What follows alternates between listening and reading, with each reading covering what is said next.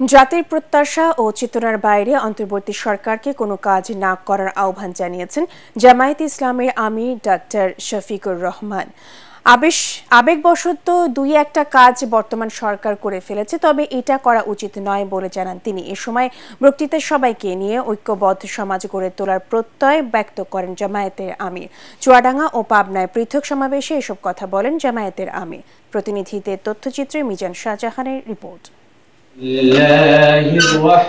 চুয়াডাঙ্গার একটি হোটেলে দলের চুয়াডাঙ্গা ও মেহেরপুর জেলা নেতাকর্মীদের উদ্দেশ্যে বক্তব্য রাখেন জামায়াত ইসলামের আমির ডাক্তার শফিকুর রহমান।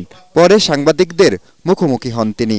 বলেন, অন্তর্বর্তীকালীন সরকারকে যৌক্তিক সময় দিতে চান তারা। এ দেশেরই মানুষ, আর আমরা দেশবাসী মিলে অক্ষমতার ভিত্তিতে তাদের উপরেই দায়িত্ব দিয়েছি।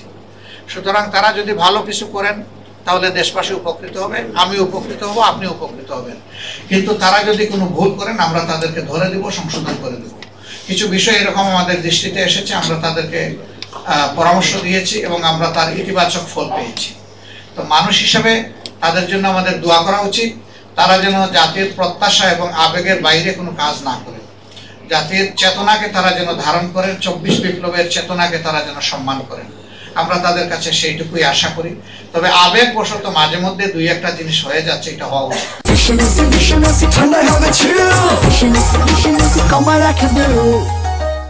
এদিকে পাবনায় এডওয়ার্ড কলেজ মাঠে রোকন সমাবেশে দলটির আমির বলেন, জামায়াত ইসলামের প্রতিটি সদস্য আগে পাল্টাবে, এরপর দেশের সংস্কার হবে।